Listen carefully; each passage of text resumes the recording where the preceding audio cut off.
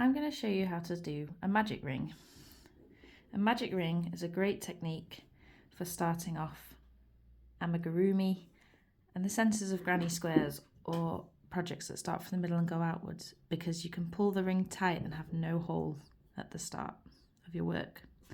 So to start a magic ring, take your yarn, the tail end of yarn, and pull it over your fingers like so, of the hand that you like to hold the yarn with.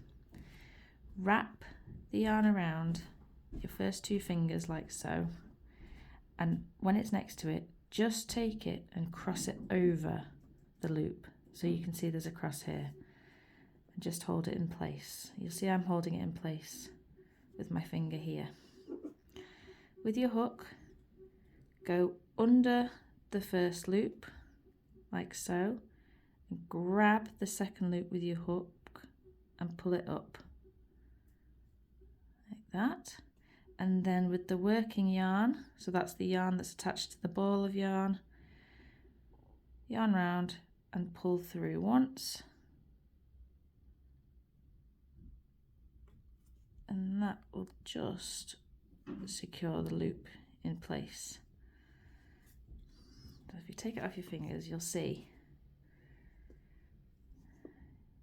here where the threads are crossed over, this is your magic loop. So to work into your magic loop or magic ring, hook through the centre under both strands of yarn, yarn round, pull up, and now I'm just going to secure it with a UK double crochet or a US single crochet like so. Yarn, hook under, pull up.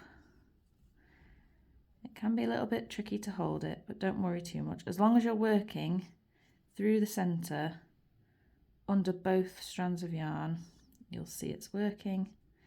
So what I'm going to do is just do 6, because a lot of patterns start with 6 double crochet or 6 single crochet.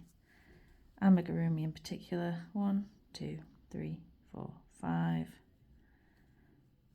and 6. So here I've got my 6. Now at the moment it obviously doesn't look like it's in the round, but what you'll do now is, when you're ready to, grab this tail end and just pull it gently, and you'll see pull, pull, pull, and now we've got no hole in the center of your work, and you can continue working in the round.